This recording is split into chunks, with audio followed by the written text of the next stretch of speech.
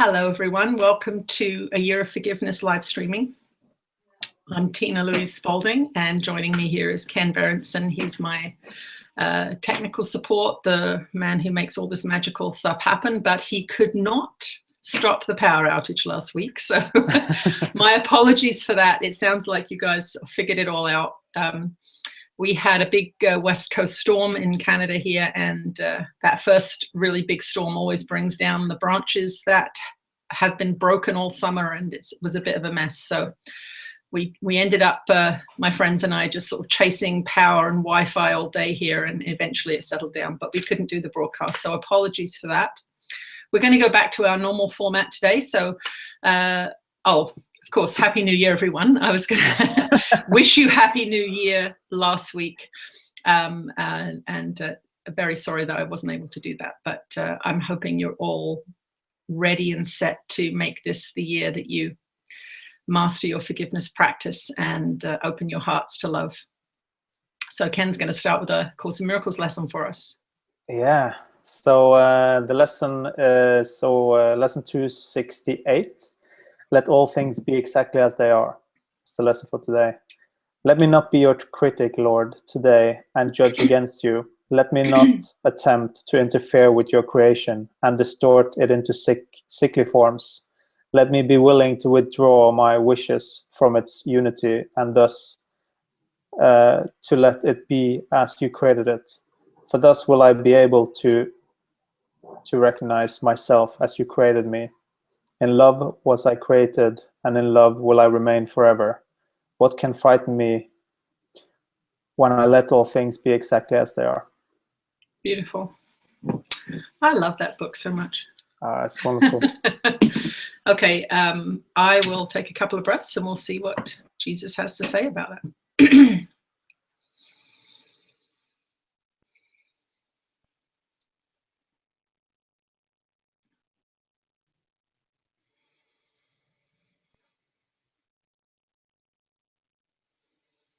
These communications are sacred as we remind you each week. I'm that one that you know as Jesus, and we are here as a collective. There are many of us here, but I am speaking on behalf of that collective right now. We want to wish you a happy new year.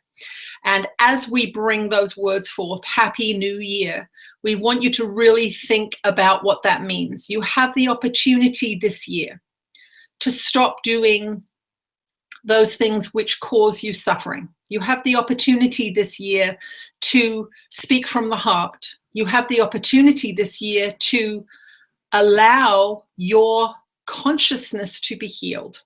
That is what these messages are for. That is what A Course in Miracles is for. That is what this group is for. It is to support you in your unveiling, the unveiling of your true self, we will say. So this lesson is about surrender, and the ego, of course, is very, very suspicious of this word. It sees it as a weakness. It sees it as a loss of face, a loss of power. So we want to talk about where you get your power from. This is something that many of you do not ever really look at.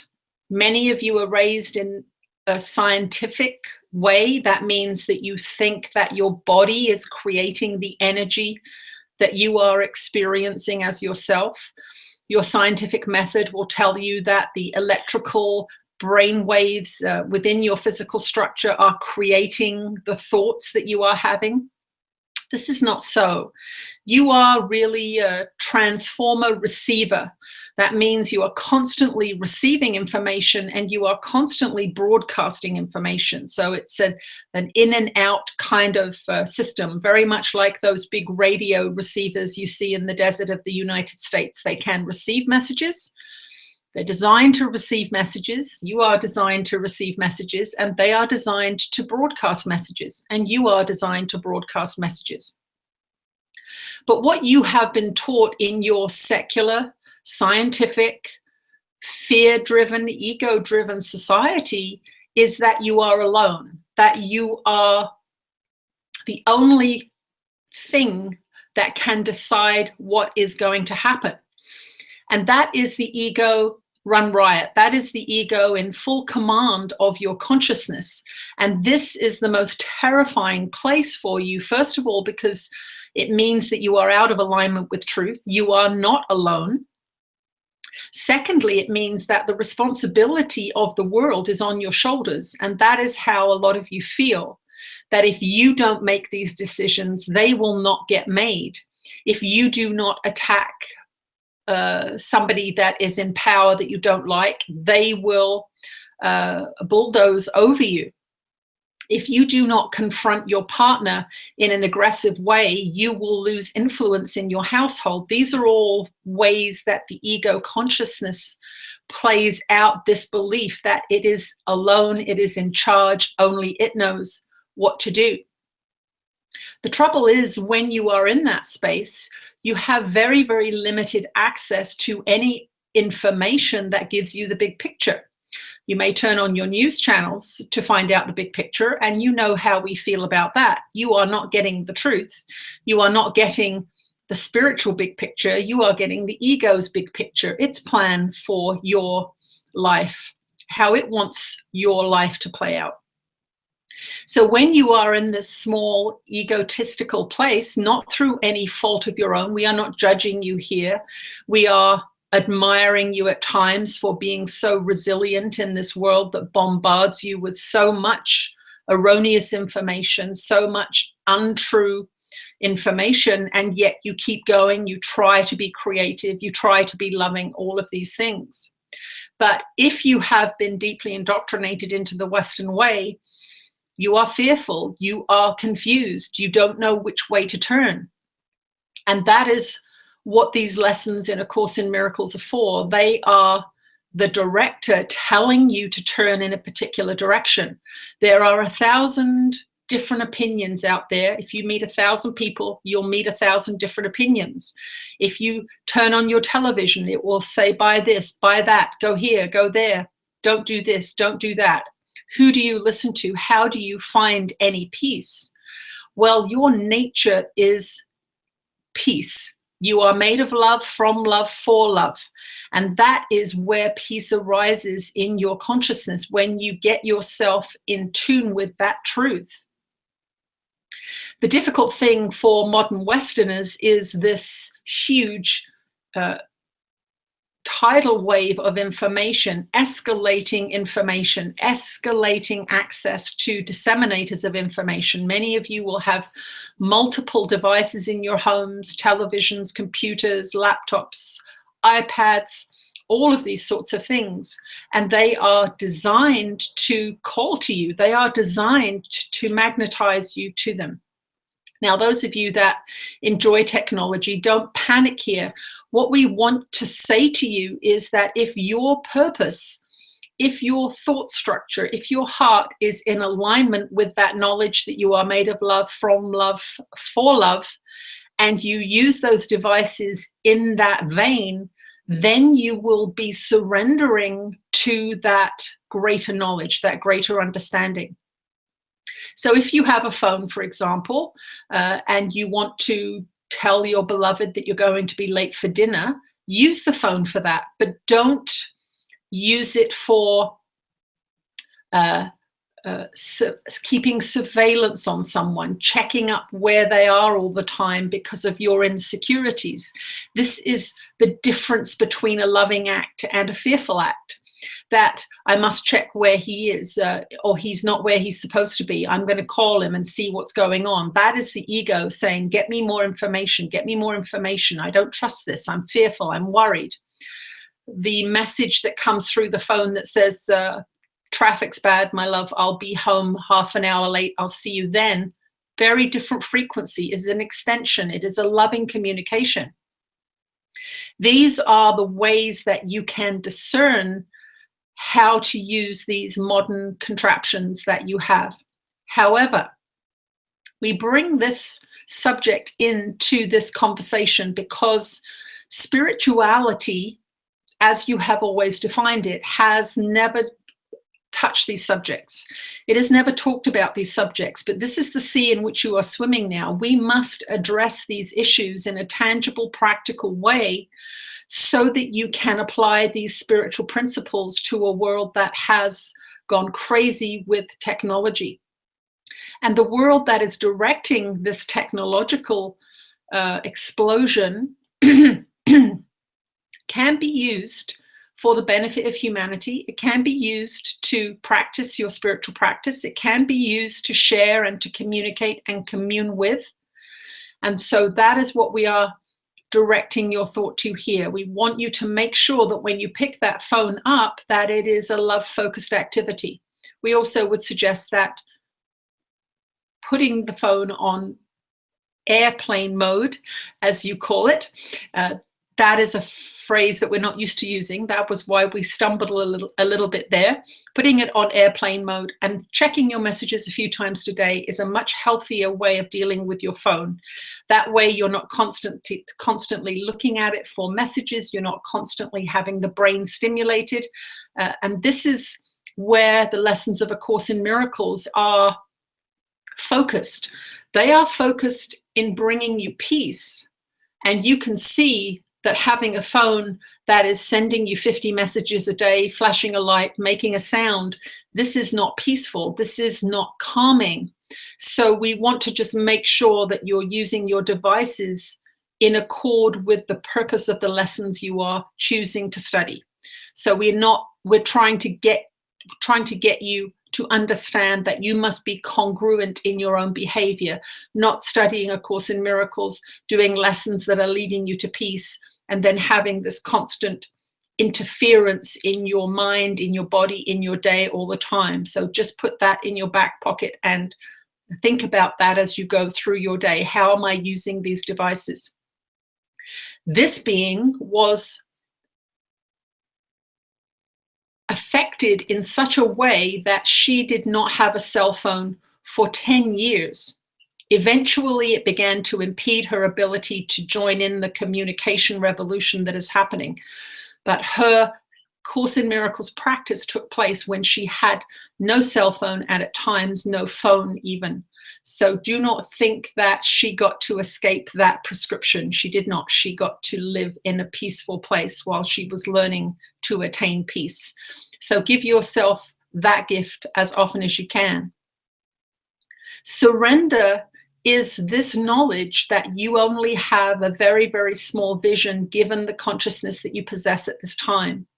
As you step through these lessons, and many of you are having more and more visions and communications, energetic upgrades in the body, or feeling things happening within your physical body-mind structure, these are the natural communications that humans have always had, that have been trained out of you, frightened out of you, murdered out of you, because there were many things that were done by the church that were violent and were against this kind of innate internal communication with the higher forces that are caring for you. So we want you to understand that as a normally trained Westerner, some of these experiences are going to seem exceptional. Some of them are even going to frighten you a little bit, because energy surging through the body when you're not used to it is a little intimidating.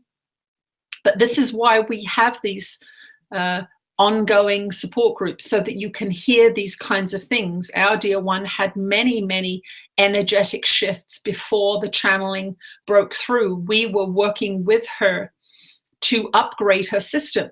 So it is as if all of the dials that allow you to be the fully realized being that you have the potential to be were turned down one at a time throughout your society's development, through your childhood, through your adolescence, through these ongoing conditioning practices.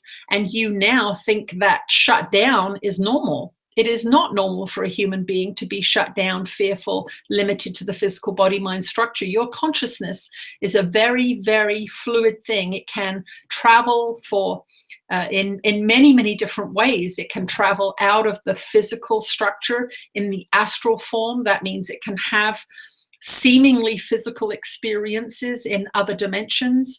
It can even travel through time.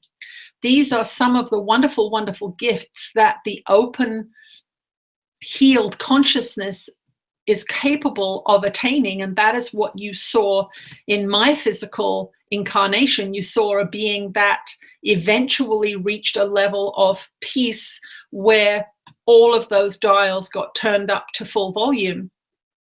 And it was an intense experience. Trust me, you do not want to have from 0 to 50 in 10 seconds. That is not a fun trip. It was a very, very difficult experience to hold that energy, that level of consciousness within my physical body-mind structure. And it was several years of getting used to it. It was not a long period of time. In my physical incarnation, after that full volume download, if you will, before I began to vacate the physical body more and more. After the resurrection, as you know it to be now, because you have heard of these teachings through the book that we penned through this being, I continue to teach, but I was not in my physical body all the time. I was meditating for many, many hours a day. I was able to spend some time in the physical body structure and continued to teach for many, many years in many, many different places after that event that you knew as the resurrection. And I spent a lot of time meditating and communing with other levels of consciousness. So this is where you are going. You are going into that place where you have access to infinite knowledge, you have access to infinite creative ability, but that power cannot be given to you when you are in a delusional state. It cannot be given to you when you believe in death. It cannot be given to you when you are fearful. It cannot be given to you when you harbor anger and resentment, because that power will blow that consciousness apart. Those are limiting lower frequency ideas. And to get into that higher frequency, you must surrender to the process, the means that have been given to you. And the means that have been given to you are the Course in Miracles lessons and studying and reading with the teachings that are coming through this being. Some of you have trouble with the Course in Miracles, and we say we understand. It is difficult to turn the ego mind off and to align with love. Your society has done everything it can to do the opposite. You must remember that all of the forces that are at play in your society right now, all of these consumerism principles, these pornographic principles, these monetary systems, these are all trying to get you into lower frequency areas. We are attempting to get you to choose higher frequency areas. So the first thing you must do is not to choose those other things, not to focus on the financial system as it exists today, not to tune into pornography when you're feeling frustrated, not to attack other beings feeling that they have hurt you. These are difficult choices to make. Those are the first things that you must begin to be willing to do. And this text, as challenging as it is for all of you, supports that journey towards love, making those small steps towards love. But every time you choose love instead of fear, every time you choose silence even instead of attack, you are surrendering to a bigger purpose. You are surrendering to love. Even if you don't love someone, but you choose not to attack them, you have raised your frequency. You have stepped your frequency up a little bit, and you will see more. You will hear more. You will understand more. You will feel more. Not necessarily with the body senses, but you will have this experience of an expanding consciousness. So that is what this lesson is about. It is about understanding that there is a mountaintop that you are climbing towards, and we are giving you the map of how to get up that mountaintop. But right now you're down in the underbrush of the jungle. You can't really see anything. It is an act of faith that we are telling you that you can get up that mountain. You will see magnificent vistas when you get to the top of that mountain. But for now, we must say, turn left, turn right, don't go that way, go this way. And you are literally acting on faith, and surrender is a very, very big part of developing that faith. As you step up out of the jungle underbrush, as you raise yourself up into these higher frequencies, you will have more and more and more knowledge. you will get more and more and more clear guidance, and you will require less faith, less surrender in a way, because you will know that you shouldn't take that job, or you will know that you should go and visit that friend. There won't be a question, there will be a knowing. And that is what we want you to aim towards as you go on this journey. You can't force it. All you can do is do the lessons and practice your forgiveness practice. Remember, what does your forgiveness practice tell you? It tells you that you are the creator of everything that you are experiencing, but not the small creator, not the small controller, not the small individual ruler of your small kingdom, but you are connected to a force that is far greater. You are connected to higher and higher realms. That is your natural home. You have merely been kept in a box, kept away from the truth, and now you are stepping towards that higher frequency. So understand that surrender is not an act of weakness, it is an act of strength, it is an act of wisdom, it is an act of knowledge. And you need to do it in concert with guidance from higher mind. And that is what those lessons are there for, so that you are not deciding what to surrender to and what to battle. You are saying, show me, show me, show me, because I don't know. I know that I've been raised in a world that is confusing. I know that I've been raised in a world that is sending me lots of information that is being proven to be inaccurate. And I really can't trust the way my mind has been trained. But I do believe in love. I do believe in communion. I do believe in the potential of the human race to raise itself up out of war and out of poverty and out of hatred. And that is what I'm going to invest in right now. How do I do that? I demonstrate that by following the means that I have been given, the lessons of A Course in Miracles. And I do it by practicing forgiveness, because that is the most powerful way to deconstruct the ego consciousness. The ego consciousness is built on fighting, war, separation. So when you practice forgiveness, when you let those angers and resentments go, you are deconstructing the ego mind in the most powerful way that you can. We are that one that you know as Jesus, and we will return shortly for more conversation. Hello. It's pointing. Yeah, it's pointing to the screen. I really liked hearing about Jesus' enlightenment experience. It's really interesting. It's always so motivating hearing what he did and how he. I mean, of course, that's the whole course in Course in Miracles, but more than that, it's very nice. Yeah, it's easy to think of him as this sort of. He mastered it without effort. I don't think that's true. I think, he said many times he went through what all of us are going through. He was dealt a very good hand, he said, good hand of cards. So, he had certain advantages, I guess. But yeah, I don't remember what he said, but. yeah. No, it was good. Should we start with some questions? Yeah. Yeah. So Donna has written a question. You said something in the last telecast about people saving so much money for the future that they are struggling financially in the present. I do this in our system. I do this, period. Okay. Is our system going to fail so I lose all my savings? What is the best way to secure a comfortable retirement? Preferably to live off the grid, growing my own food, solar energies, investing in gold or silver, stop worrying about the future and living within my means without saving so much. I mean, it's just examples. What is the best? Yeah. Just from a human point of view, I would always say, are you doing any of those things with the money you have? Are you looking to move to a house that has a garden, or any of these things? Anyway, I obviously will let Ananda answer that question.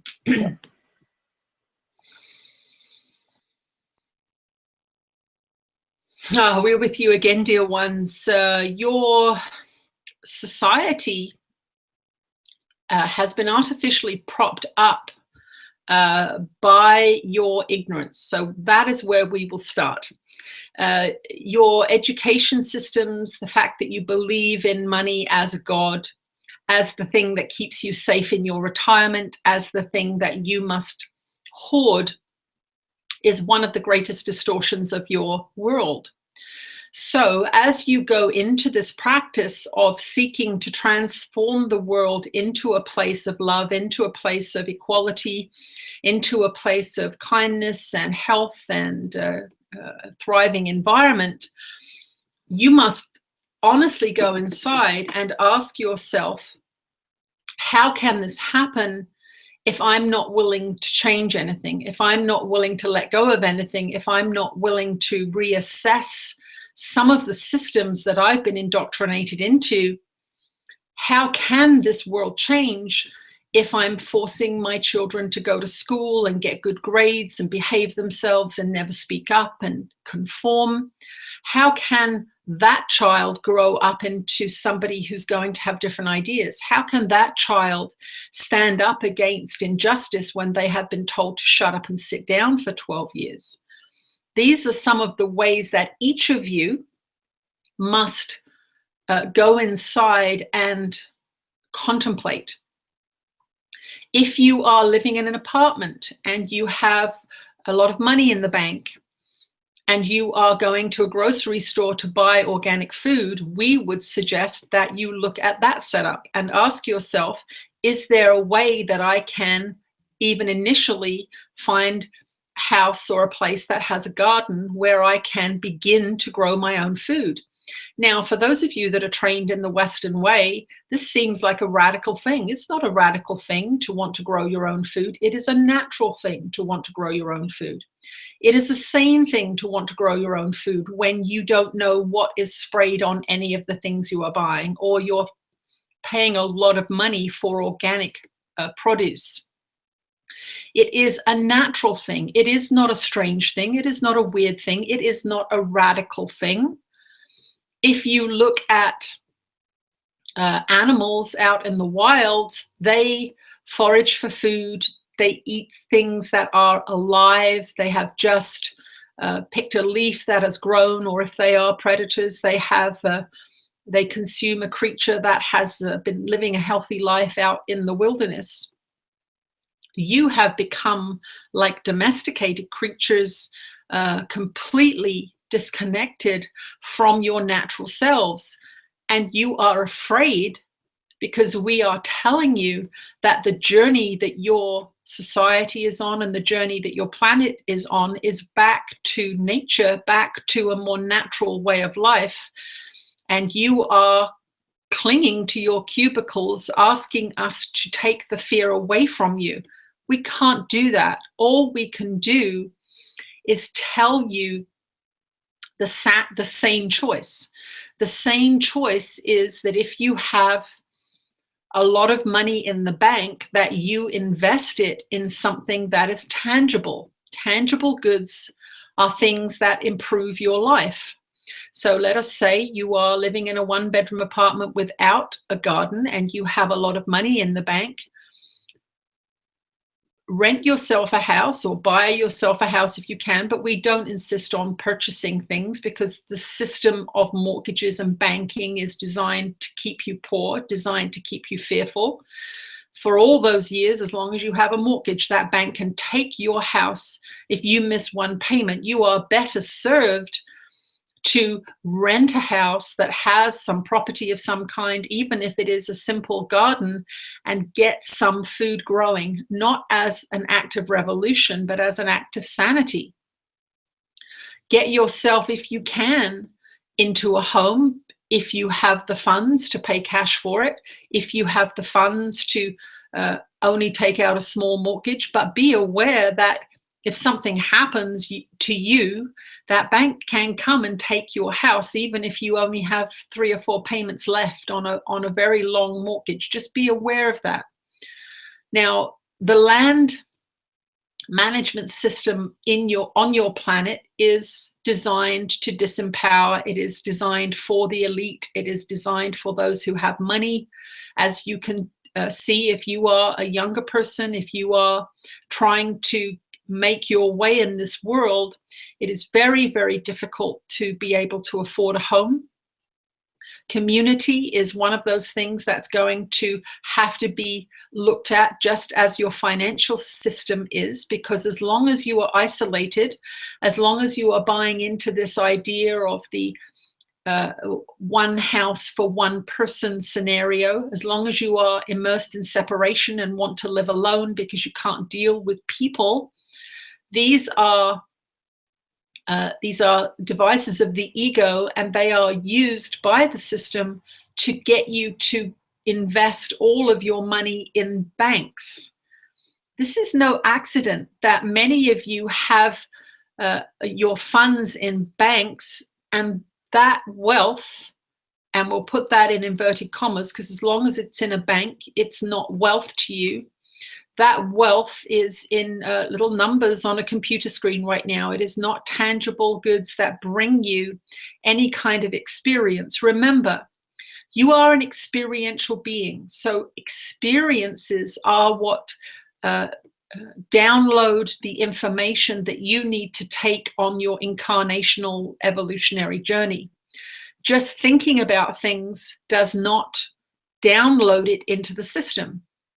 So, for example, if you read a book about swimming and very descriptive phrases, someone telling you in words what swimming is like, that experience will not be downloaded into your incarnational experience. It will be a sort of non-entity in that sense. There will have been a certain experience that you had, which was sitting in a chair, holding a book, using a certain aspect of your consciousness, but you would not have been swimming. You would have been sitting in a chair reading a book. That is the experience that will be downloaded into your incarnational consciousness evolution, sitting in a chair reading a book. And there are many things that could be happening in that room while you're sitting in a chair reading that book, but swimming is not one of them. So wealth in a bank, wealth on a computer screen is very much like that. It is an idea in the mind. It is not a physical, tangible experience that will build and help you come to understand yourself more clearly. At the end of the day, if you decide to leave all your money in the bank and an economic shift happens and you lose it all, that will be an experience. That will be an experience that will go into your evolutionary journey. So make sure you're choosing the experience that you want. Don't keep that money in idea form. Invest it in your health. That means finding a way to ingest live foods, healthy foods, organic foods. Ingest it in your education, taking courses, learning a new career, let's say. Perhaps you are in a job that you hate and you are saving that money up to protect you in your retirement. So you've got a few years left. You are making a lot of money in your chosen profession. Most of you hit those higher earning times in your late 40s, 50s, and yet you have another 10, 15 years to go before you can legitimately retire. Most of you will say, well, I'll just stick it out here and do the best I can, socking my money away for when I retire. That is an experience that is limiting. It is an experience that is fear-driven. It is an experience that will cause sickness to arise in the body. If you start looking at that fund as an opportunity to take some time off work and perhaps go on a trek for a couple of months, study something that you've always been interested in, taking a sabbatical for 6 months so that you can invest in an aspect of yourself that your work world has not allowed you to invest in, those are valuable things to do with your money. But until you restructure your mind, until you truly understand what your conditioning programs are and have been, this will just incite fear in you. This will just cause you to hold on even more tightly, because when you feel financial fear, you shut down even more. The ego says, we cannot do that. It is too frightening. We might die, we might be poor, we might be homeless. But these words are coming from belief structures that have been implanted in your consciousness by the banking system, by the systems that have been teaching you to give them all of your wealth. So we want you to begin to reassess your life. We are not going to tell you what exactly to do. That is not our purpose. Our purpose is to ask you to question, what is money for? What is life for? What is experience? What aren't you getting out of your own life? What would that money that you have allow you to do if you stopped seeing it as a safety net and started seeing it as an energy source to be used? These are the ways that we want you to begin to shift the way you are looking at things. We want you to ask yourself, are you living in a huge house that used to house 2 or 3 children, but is now sitting empty? Are you heating that house unnecessarily? Are you paying for a house unnecessarily that is no longer suitable to your lifestyle? Many, many people are trained into sticking with a home that worked for them 20 years ago, but doesn't work for them now. Their children say, oh, don't sell it, Mum. I want to be able to come home for Thanksgiving and have dinner with you. Well, that's a really nice wish. But if you are not living your life so that you can coddle a child, then we would suggest that you reassess that decision. So many levels of programming, so many fears come up as you begin to shift and change your ideas about society. But as we have said, these are not new ideas. From the 70s on, there has been information coming into your system telling you about the impending oil crisis, telling you about environmental things, telling you about poisonous foods growing systems, these sorts of things. These messages are not new. And so when the crisis finally comes to a peak, because of your training, you run around and say, I didn't know, I didn't know, I didn't know.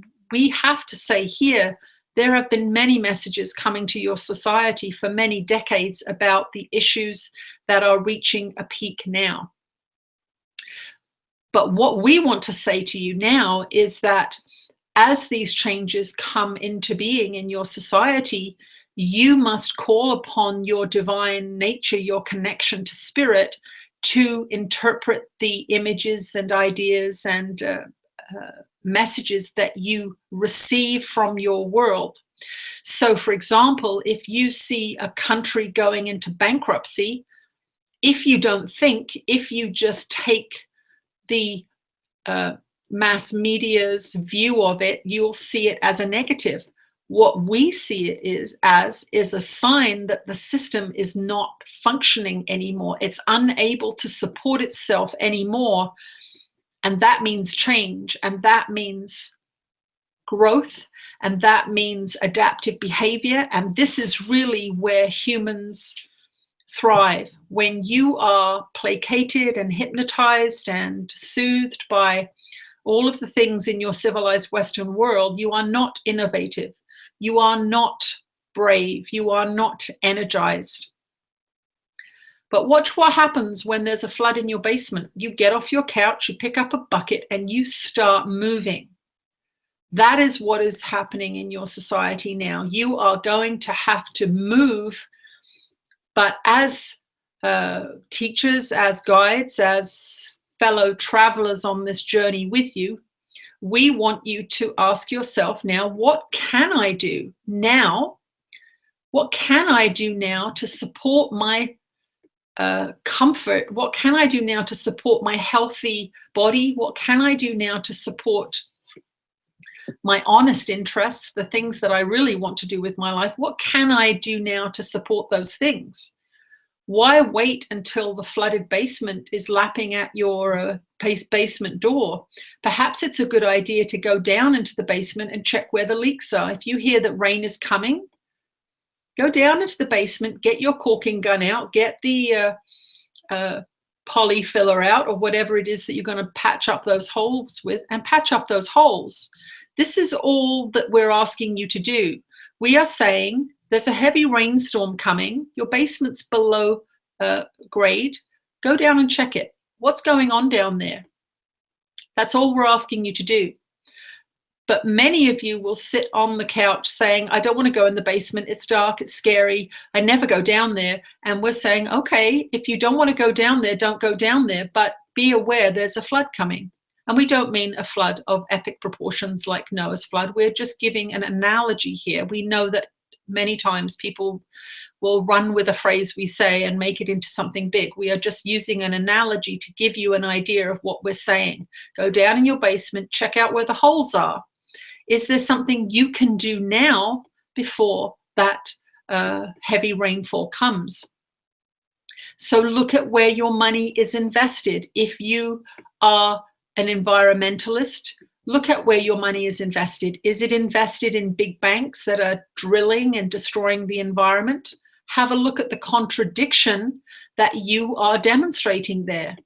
Are you demonstrating in words, I love the earth, I love my garden, I want clean air to breathe, but you're putting huge amounts of money into banks that are supporting negative polluting industries? That is mixed energy. That is the kind of ignorance that we are speaking about, because it's not really ignorance, it's dissociation. You know that money gets invested by big banks into certain things. Now, there are some of you that will say, well, this is not Course in Miracles-based teaching. This is very, very physical, earth-based teaching. But we're talking here about the alignment of your energy. We're talking here about what you believe in and how it manifests into reality. These beliefs are demonstrated to you by your actions. Your actions arise from your feelings. Your feelings arise from the things you believe to be true about the world. If this teaching is love your brother, then you do not intentionally dissociate from actions that are hurting your brother. Now, we understand your society is very, very complicated. Some of the technologies you used are built in countries where they treat people very, very badly. But use the technology for the betterment of humanity. Don't just use it as a mindless, hypnotic device. Do what you can with what you have, knowing that as you raise your frequency, as you let go of your fears, as you make sound, sane decisions with the energy that you have, money is just a representation of energy. Know that as you make sound, solid decisions with those energies, that you are going to shift and change the world.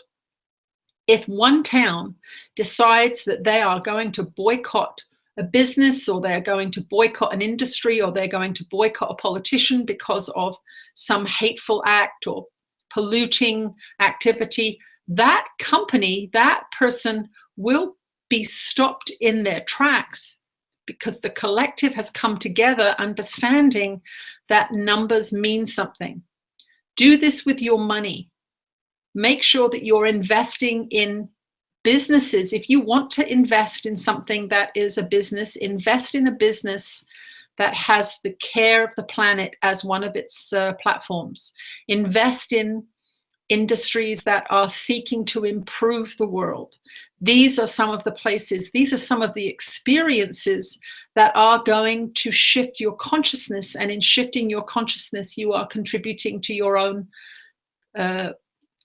we will say, consciousness evolution. You are releasing karma. All karma is an experience of something that you have planted the seed of. That is all it is.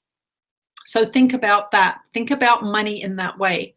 What are you using your money for? What seeds are you planting with your money? Are they seeds you want more of? Are they industries you want more of? Or are you planting seeds of fear and destruction? These are the questions that we want you to ask yourself.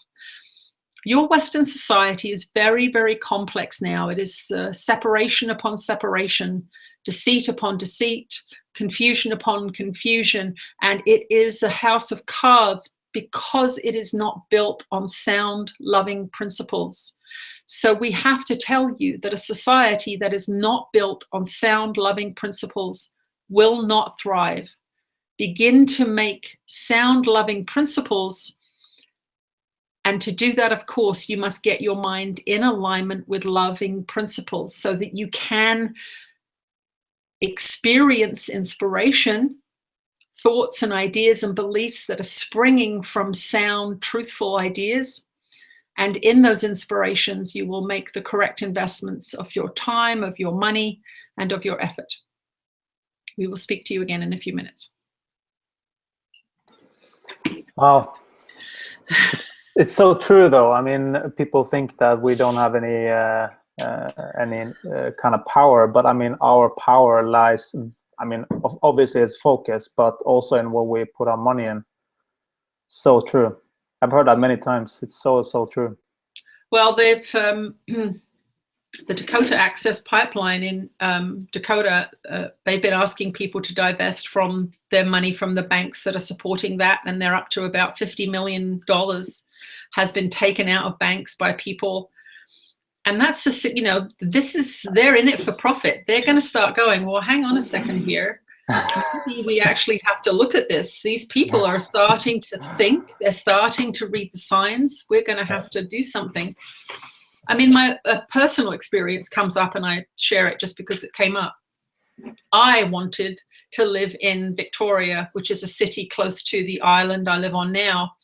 And I moved there, and I was living there when Ananda came through.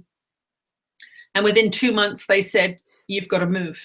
And I was like, no, I want to live here. And they're like, you've got to move. And I was like, no, I'm going to live here. And they would not stop until I moved. And when I came back to this island, it was dreary, rainy November. And I remember driving around thinking, oh, God, you know, there's nothing here. Nothing here except lakes and mountains and trees. Obviously, my vision was a little skewed. And that night when I went home, Ananda actually, they really kind of gave me shit. And they said, everything you value, everything that is worth something in your life has come from this place. I had left the place and gone to the city. And they said, everything that's of value in your life has come from living in this quiet rural environment. Don't ever trash it. Don't ever say this place is nothing, because they said, if without it, you wouldn't be doing this work. So what this island had brought to me was a certain frequency, people who are pursuing their art, people who are pursuing their creativity, people who are growing organic food, people who are listening to their desires and passions and trying to bring them into being. That's really kind of the frequency of the island I live on. And in that frequency, I was able to stick with my passion, stick with my path, because the people that I talked to were doing the same thing.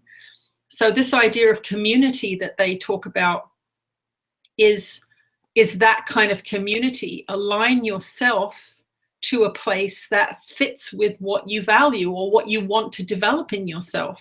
So these are big ideas, and my programming kicked in there. I wanted to live in a suburban, urban place that was not this real sort of back to the land, creative kind of energy, because it was a challenge for me. But I've given up trying to run away from it now, because I understand the frequency that it brings. So these are some of the ideas that sort of we have to, as we go through our journey of evolution. How do I feel living in the city? I don't like it. It's stressful. It's noisy. Where would I like to live? Oh, I'd like to live over there, but I can't afford it. Are you sure you can't afford it? Have you gone into that community? Have you got creative with your work? Is there, you know, a lot of us can work remotely now that couldn't work remotely before. So these are all of the sort of composite elements of this money problem, because a lot of people have this money problem, but it's not a simple issue. There are lots of other things going on at the same time. Fear of nature, fear of change, belief in all kinds of things that actually aren't sane at all. And we see our world becoming crazier and crazier. We each have to go inside and look at our own lifestyle and ask, you know, if I have to live the rest of my life this way, is that okay? For a lot of people, they'd be like, please God, no. If that's your answer, then you have to look and go, okay, why am I doing this then? I have to be willing to change and shift. I have to just read a comment from Annegret. But I live in a city with big towers of bank. Would be worse to stay and enjoy seeing them tremble and shake and fall down. That's the spirit. Yeah. So well, funny. In some ways, I think that's probably what's going to happen with some people. But I think that's what they want us to understand is we are going to see big shifts and changes.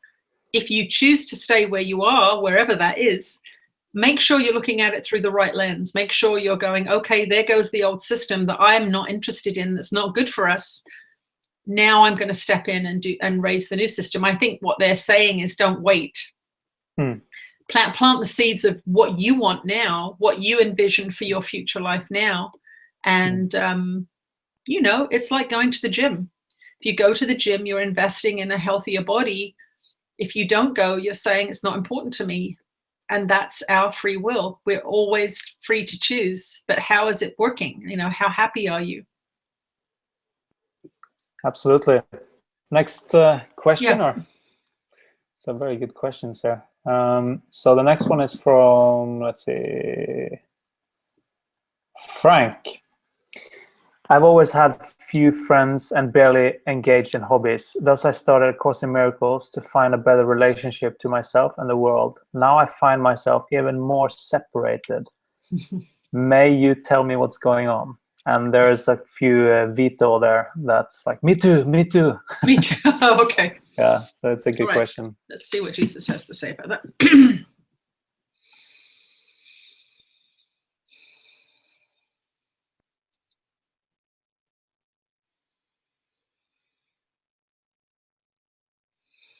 Your journey with A Course in Miracles will take place over many, many years. The psychology of the being that picks A Course in Miracles up does not shift instantaneously. It does not shift completely. We would even say for a lifetime. What you are doing when you step into A Course in Miracles initially is having your separated mind revealed to you.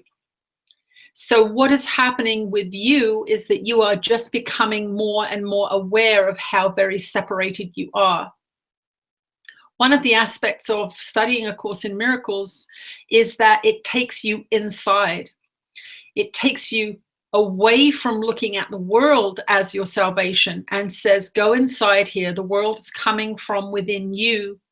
Let's go and look around in this basement and this attic and see what's there. What will come to mind, first of all, is how very lonely you are. What will come to mind, first of all, is how very judgmental you are. What will come to mind, first of all, is how very unhappy you are. This is often the path for those that go into those early lessons. But what happens as well is they begin to see that if they hold these beliefs and thoughts and ideas about themselves, how can they be happy? They begin to see that they must change, that they are swimming in a sea of self-pity or self-loathing or judgment. And every time they partake in those activities, they feel worse and worse and worse. So what is happening with this separated consciousness going into A Course in Miracles is just a fully realized experience of the loneliness and separation that the ego mind plays with.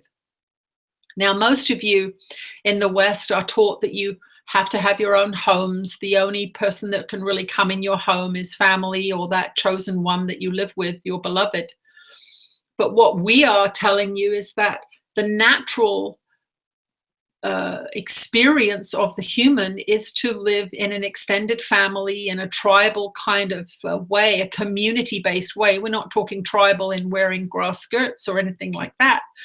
We're speaking about finding a place where you can associate with people because they are kind of on the same page as you.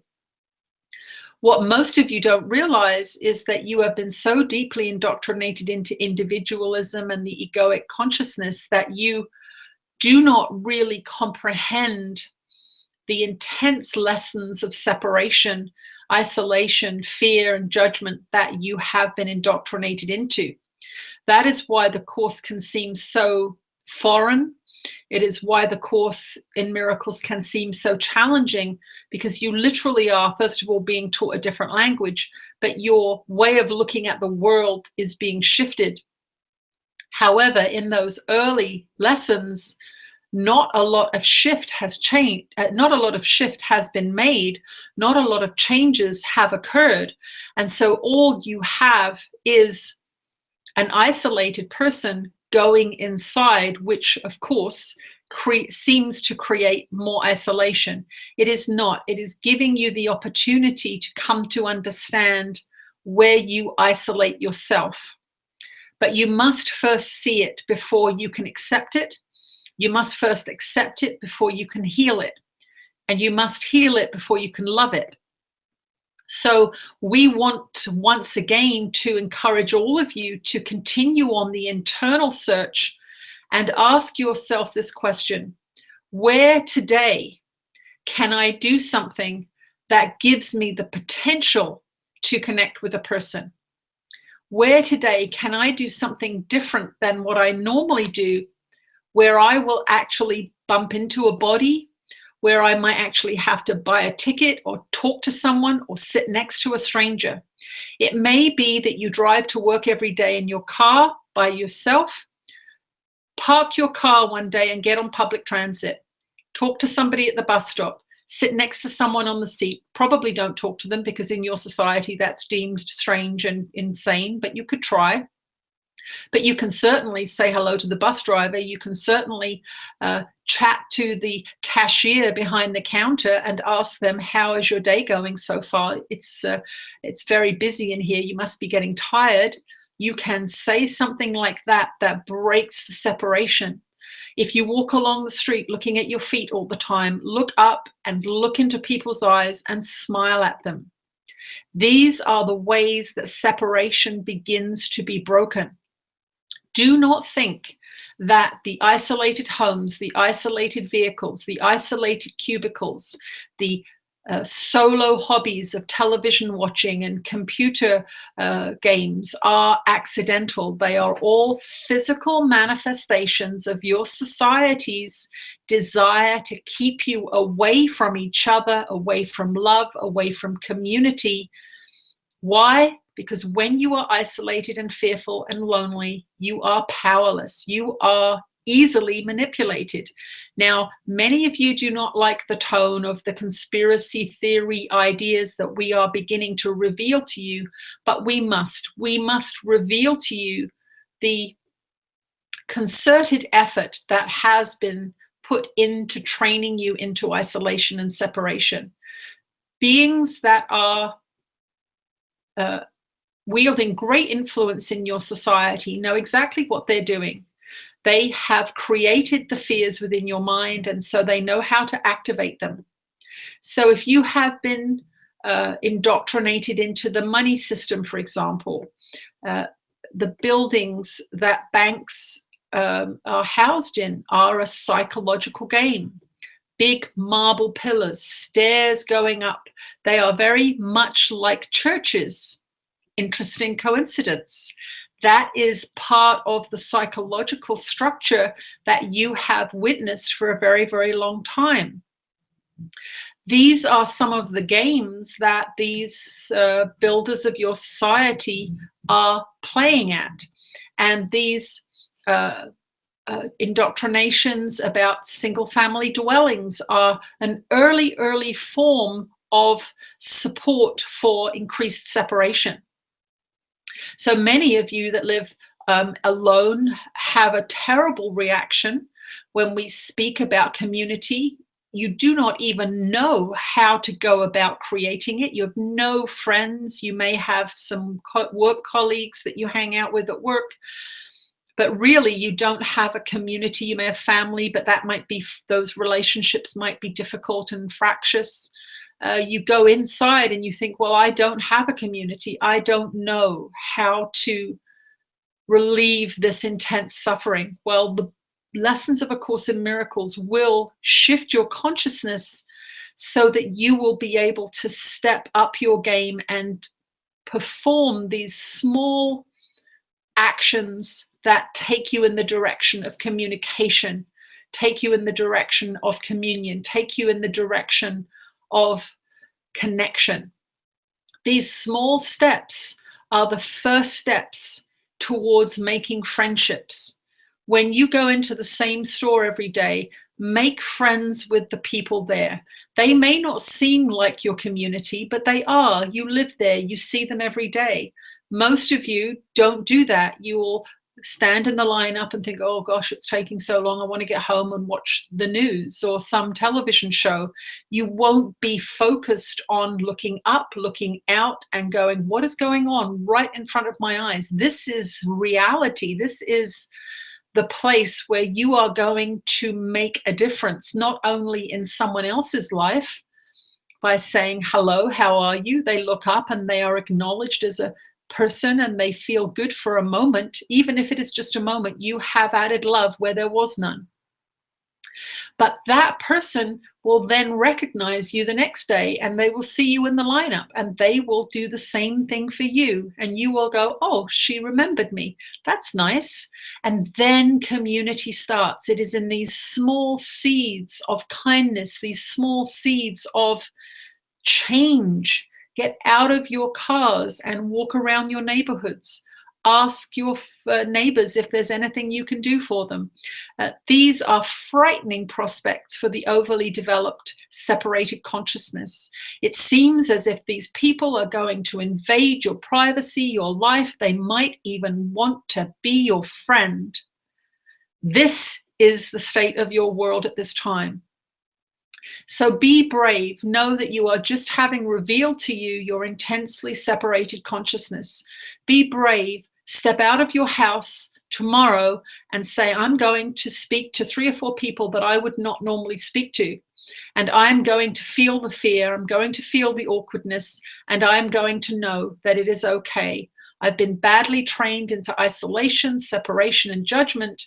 And now I'm retraining myself. And of course, it will feel a little awkward. Of course, it will be a little confusing. But I am going to look up, I'm going to look out, and I'm going to open my heart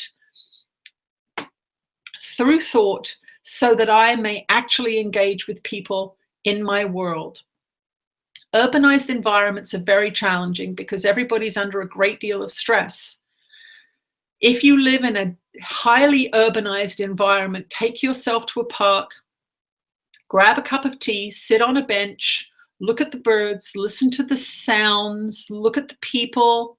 If it's cold, go to a library, take out a book, sit in a chair, and be in a place where others are. This way you will begin to see that there are opportunities for conversation, opportunities for even a smile will warm your heart, will make you realize that you are not alone. But the lessons of A Course in Miracles are the path to revealing these new skills. As you raise your frequency, as you see where your fears are, as you see where your tremendous judgments and isolating thoughts are, you will be able to shift and change your behavior step by step. Don't force it, but just step a little out of your comfort zone and you will begin to expand what the possibilities are. You do not really comprehend how powerful you are. Why are you trained so heavily? Why are you indoctrinated by so many things? Because of your power. You must constantly be conditioned so that you don't see it. Step back from those conditioning systems. Begin to love yourself, begin to look up and out into the world and ask yourself, what is going on in my world? What is going on in my neighborhood? What is the season out there? What does it feel like? These are real experiences that expand your consciousness and lead you into community. That is the revolution that is happening here. People are connecting online, like this group has connected online. And what is a natural outpouring from that connection is a desire to meet in person, and that will happen this year for this group. But that meeting would not have happened if that person had not invested in community. So know that the more you invest in looking up, looking out with an open heart and a kind thought, that is where you are going to make friends, where you are going to find that which you are seeking. But the Course in Miracles will take you in first. It will take you in to see where you are making incorrect decisions based on incorrect thoughts and ideas. So you must be patient. You must go through some weeks and at times months before you begin to feel different. But most of you that are now several months or approaching the end, or perhaps you've even finished A Course in Miracles lessons, see the true power of the transformational process that is employed in those pages. We will speak to you again soon. Yeah, we're just communicating on the chat here that they're talking about communities and stuff, and I just say how much I love this community that we're creating here, this digital community. I love that. Yeah, it's wonderful. Yeah, it's interesting seeing the posts on Facebook each morning and how supportive everybody is and how joyful those communications are. I know it makes me smile every morning, and you know, recognizing the names. I'm very fortunate. I've met a lot of the people that are on those pages, so I have, you know, I know them a bit more. But people are making friends, and what a wonderful, wonderful thing in this time of separation. Absolutely. Beautiful. Yeah, I totally agree. Okay. Next question. Okay, now a little interesting question. Is the Illuminati stuff a new world order conspiracy real, and how to deal with it? Okay, let's see what Ananda has to say. Yeah, I didn't laugh about the question, by the way. It's a good question.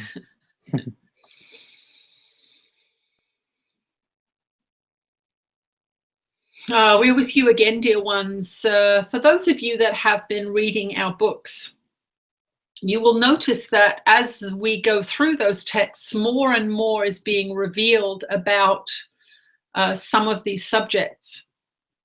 What is transpiring in these transmissions, what is transpiring in our conversations and the texts that are coming through this being, is a slow and very, very considered revealing of some of these ideas and concepts that you lump in as the Illuminati and the New World Order. There is nothing new about it, is the first thing that we would like to say. These old structures have been in play for a very, very long time. The messaging systems are different, that is all. So from the short-sighted human point of view, especially the humans that have been trained in this society, you have, first of all, been taught a history that is incorrect. You have been taught a history by those that print the books, that want to share a particular history with you. And all that is happening now is that you are beginning to have revealed to you a more truthful revelation of history. So that is all that's really happening here. It has been one-sided for so long, and you were indoctrinated into that history for such a long time that it was deemed as the truth. So when the truth is actually deception, when the real truth comes up, it looks like lies or foolishness. Your society has a very heavy-handed way of dealing with anybody that questions the status quo. And that is an old system birthed in your churches. We will say the ancient and early church was very, very heavy-handed, using fear and often death to get people to step in line. And those are the foundational building blocks of your society. Intense fear of being hurt by authority. And that is what is playing out now in your world. Many of you see that there are injustices playing out. You're seeing wars that you don't want, and you sit there wringing your hands because you've been trained to fear the powers that be, And in some ways, you are correct to fear them because they are quite powerful and ruthless. However, the way that these old systems are being referred to is distorted. So the Illuminati is a word that's used to describe secret societies, that is used to describe what is considered old ruling families, elites. Really what has happened around your planet is there are a multiplicity of low frequency systems that have been jointly at times created, independently at times created, but they are based on the knowledge that every one of you is a powerful creator. They are not more powerful than you. They have just had access to knowledge for a longer period of time than you. You will notice that in Jesus' early teachings, he was saying, you reap what you sow. That means that you get back what you plant. You get the harvest of that seed back, coming back to you. So the beings that were able to access his true teachings. Now, his true teachings were a lot more complex than the simple parables he told and that were recounted in the New Testament. Many of his evening and retreat teachings were very, very complex, esoteric teachings about the nature of reality, about the laws of creation. And those beings that took over his teaching knew those laws, knew those principles, and employed them to gain power, money, and influence. Very, very early on in what you consider modern society, those founding fathers used those principles to gain influence and control. So many of you think of these things as newly arriving, but they are not. They are quite ancient in their origins. But what is at play in all of these old systems is the understanding that this is a free will zone, that you are a powerful creator, and that the only way to use your creative power is to convince you, first of all, that you don't have it, and to get you to make decisions that support their creations. So, for example, we will go to your war movies. We will go to your blockbuster hero shooting the enemy movies, Star Wars, these kinds of things. When you get thousands and thousands, millions, in fact, people watching a show like this, where the only way to overthrow the bad guy is to attack with war machines to kill them, you are planting those seeds in the collective consciousness, and they are reinforced with music and sound, food that you're eating when you're there, all kinds of things. Subliminal messages as well. So that when you come out of that movie and you then turn on your television and see that your governments are bombing somebody that they have demonized and called bad for a long, long time, in your mind, you've watched 10, 20 blockbuster movies where this was the only solution offered to you, deeply indoctrinated into your consciousness through these images, sounds, ideas. You will allow them to do it. That is all that is happening in that conspiracy theory idea. The powers that be have known that you're divine aspects of God mind, you have incredible creative abilities, but you must choose where you use them. That is all they're doing. They are making you choose what they want you to choose. What we are saying is we want you to choose love. We want you to understand your tremendous power. We want you to understand your tremendous ability to transform this world of so many negative experiences for many of the humans there. But what we want you to know is that the Western mind, those of you that are more wealthy, are too comfortable to really care. You have been given enough power and influence to get your lives comfortable so that when we speak about change, when we speak about the love revolution, there is a part of you that really is reluctant to let go of your multiple cars, your big homes, all of these sorts of things. There is enough given to you that you are comfortable and you don't want to change. But what we are saying is the system is so out of accord that the relatively new, abundant Western home, we'll say that's a post-war phenomenon, the single family dwelling with the multiple cars, the luxurious furnishings, all of these sorts of things, too much food in the fridge. This is such a recent development, and it is an unsustainable development. So what we are doing here is asking you to question what your mind is doing, what choices you're making, because this is where the revolution has to take place. We cannot force your hand. We cannot make you make a different choice. All we can do is say, look at what is happening, not just in your backyard, but around the planet. Look at the pollution in China and people unable to breathe. They are making the products that you are using. You are walking out into relatively clean air, but they are suffering at your hand. You are ignorant of it, but it is the truth. China is paying a very, very high price for selling all of the goods that they sell to North America. These are the questions we want you to ask. Can you make that phone last another year or two before you buy a new one? Can you upgrade your car to a hybrid car or an electric car? If you can afford to do it, do it. Don't say, but this car's great, it's got another 10 years in it, that's more sane.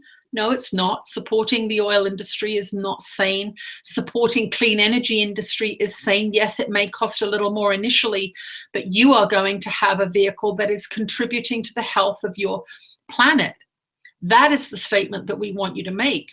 Now, again, we get into this non-dualistic, dualistic argument. These are not A Course in Miracles teachings when we're telling you to upgrade your car to an electric or hybrid vehicle, investing in clean energies. But what we want you to know is that the ultimate truth is that this is all a dream and none of it matters. But that doesn't really help you in your experience right now. There will come a point when you realize that everything that is going on here was not what you thought. But that doesn't help you in your suffering here and now. It doesn't help you in this creative experience that is mandatory for your evolutionary growth. Eventually, you will all evolve out of the physical material world into these higher realms, and you will see that there is a certain unreality to it. But right now, you are living the consequences of your own unconscious co-creation. We want you to live the consequences of your conscious co-creation, so that you begin to band together, choosing love, so that you begin to band together, choosing healthy communities, growing gardens of food and sharing it with your neighbors. These are sane ideas. They are not radical ideas. If you look at the development of your Western society over the last 200 years, you will see that you have been taken on a very, very fast trajectory into urbanization and technological innovation. These things can be used for good, but your minds have been usurped and they have been trained out of compassion, out of love, out of kindness. And that is what we want you to focus on now. And those structures that accuse you of being conspiracy theorists are the very ones that are wielding the conspiracy reins. And of course, that is the ultimate insult to be called a conspiracy theorist in your society is demeaning and makes you sound like you're on the fringes of insanity. We want you to begin to say, this is not a conspiracy, this is an organized system. And I am not crazy seeing that the consequences of this system are not benefiting humanity. our health, our land, our water. Let's not be afraid of being called a conspiracy theorist anymore. Let's stand up and be brave and say, you know what, this system is broken. This system is failing. Let's not wait to stand in the shadows of those big buildings crumbling, metaphorically speaking. Let's plant the seeds now of the society we want. Let's plant the seeds now of the food that we'll eat in the spring or the summer. Let's be sane. Let's be loving. Let's be kind.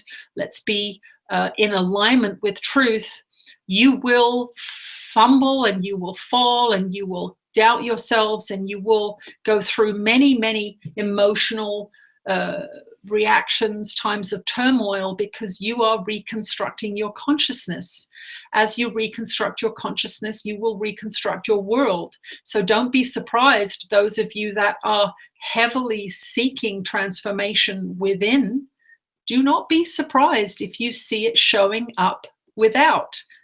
That is the law of the creation. So make sure that you're not fearful and looking at these transforming systems with a short-sighted egoic vision, but make sure you are coming at it knowing that this is the end result of billions and billions of prayers of people saying, I can't do this anymore.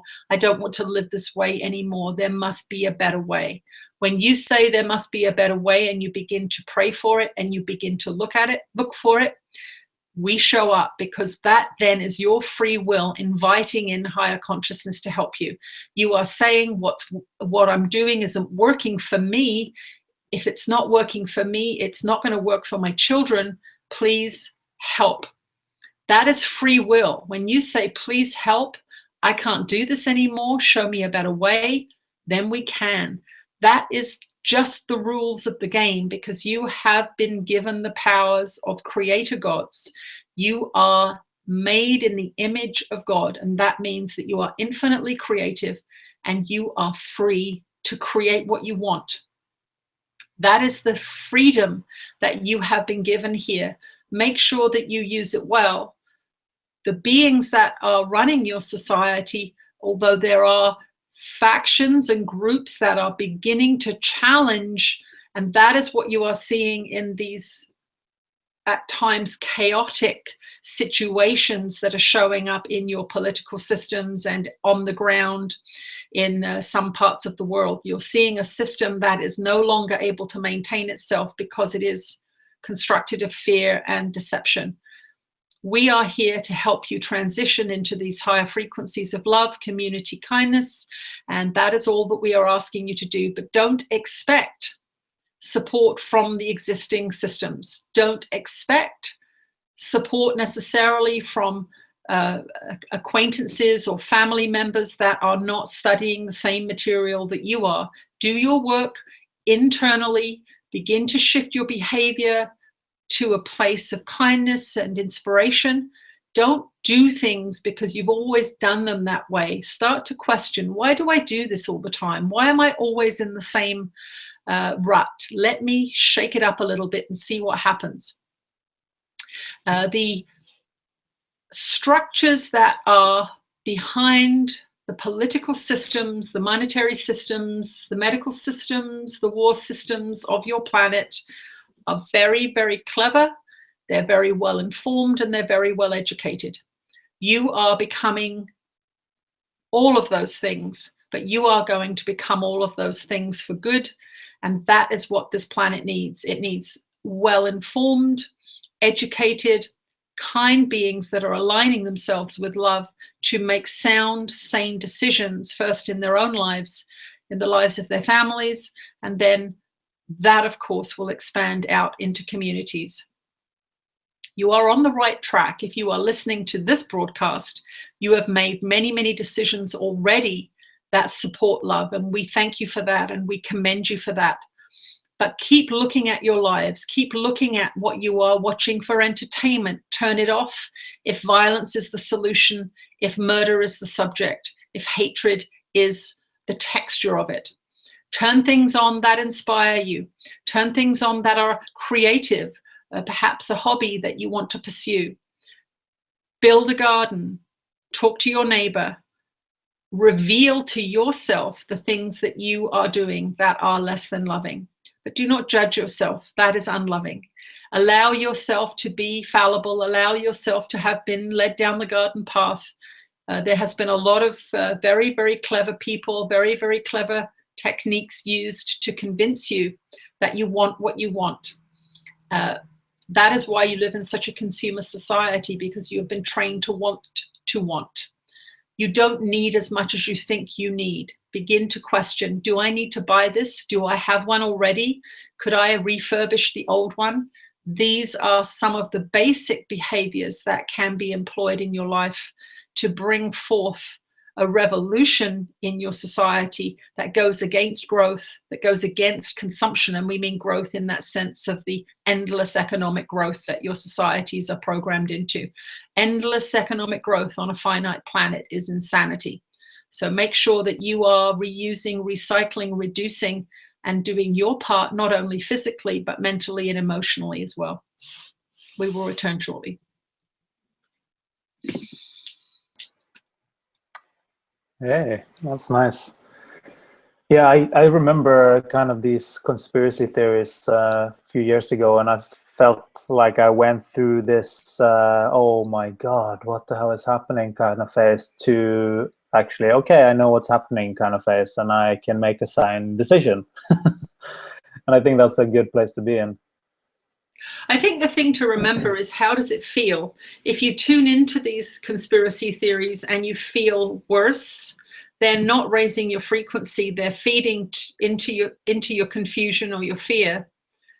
What happened with me was that I really completely stepped away from the world for about 12 years, not having television, not watching the news, those kinds of things.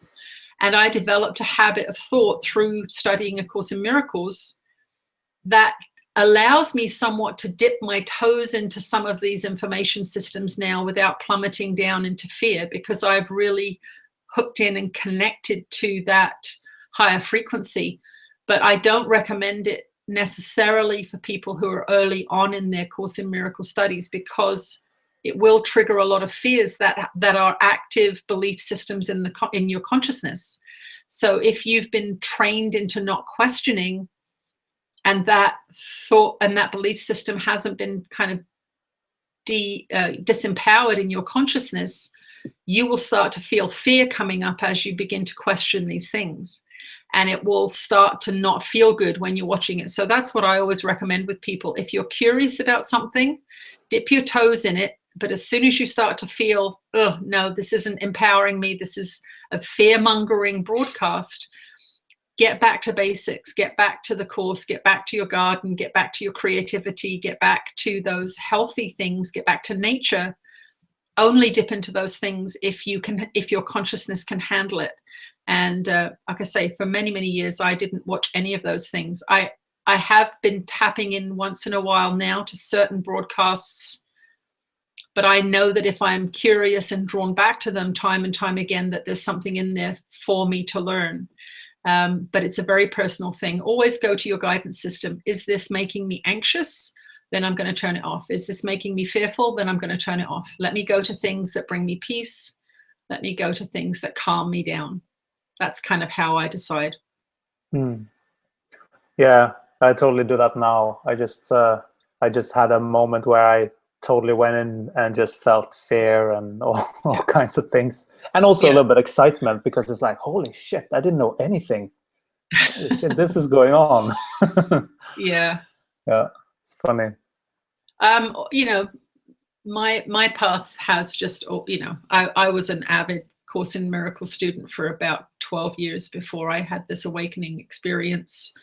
And it was almost completely isolated from news, from any of these things. So that was my path, and that's led me to this. So I say, if you have to err on the side of anything, err on the side of nature, err on the side of studying a course, err on the side of creativity, step away from the mass media systems. Very seductive, though. It's a very seductive thing. Absolutely. Cool. It sounded like Ananda wanted to have another go. They didn't really say goodbye, but maybe they did. I don't know. What do you feel, Tina? I actually feel like showing you this. Ooh. So I have an actual hard copy of the book. I'm reading it right now, which always feels a bit weird when I'm reading my own book. But when it comes out in hard copy, it's always a different experience for me because I've edited it and looked at it 1,000 times. When I get a book, it's sort of like I read it the way you guys read it, and I'm really enjoying it. I did check on Amazon today, and the soft cover is still not showing up. I've had multiple conversations with the publisher. So it's in the works. The Kindle edition is up. Obviously, there are printed copies, so we're just in that process of trying to get them to Amazon. But this book is really going into all this stuff. It's going into education, religion, television, movies, food, everything that you've been kind of bringing up in this this session. So I highly recommend it. They've been telling me that they've been revealing more and more to us through each book. And the book that I'm currently doing, they specifically ask people, if this is the first book you've read of ours, stop now, go back to the beginning, because they're building a frequency shift through these books. They don't want to bring us information that's going to plummet us into fear. These books are all designed to shift and change your consciousness in a very, very considered way. So try not to skip ahead. I know that's easy to do sometimes. You think, oh, the latest book is better.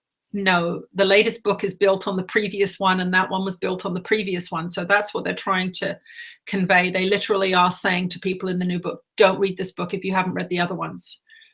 It's like a series, you know, you don't jump into a series and watch it. You have to go from number one to kind of understand the series. That's right. It's a series, but it's an energetic series. And they're actually almost in this new book that I'm writing saying, this is kind of a warning. Don't go into this book unless you've done the other ones, because we've been building up through information, revealing things to you, telling you things that you need to know.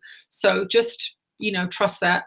Obviously, I don't have a choice. I read the books as they come out, but as consumers, you all have the ability to pick whatever you want. So just keep that in mind. If you've skipped one of the books because you thought it didn't apply to you, like, for example, I know someone who's got some issues with the sex book and they refuse to read it because they don't need that book. Of course they do, because they're so frightened of it that they can't even pick it up. Just maybe as readers, just ask yourself, oh, did I not read the celebrity book because I thought it was frivolous?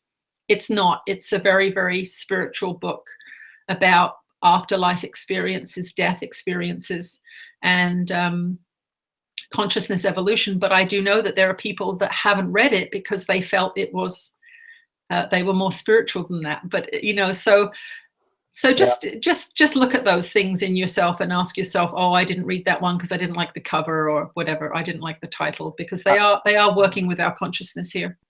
Yeah, I was one of them. I thought it was too spiritual for the celebrity book, but I have read it now. So, and I also have read the last book. I have to say, it's fantastic. So The Spirit of the Western Way. Yeah, I have read all your books now, Tina. I'm Good. up to speed. Jolly good. Yeah. Okay. And just for really to entice you, the new book is about the Holocaust, Hitler and Israel and the Middle East wars. Holy shit.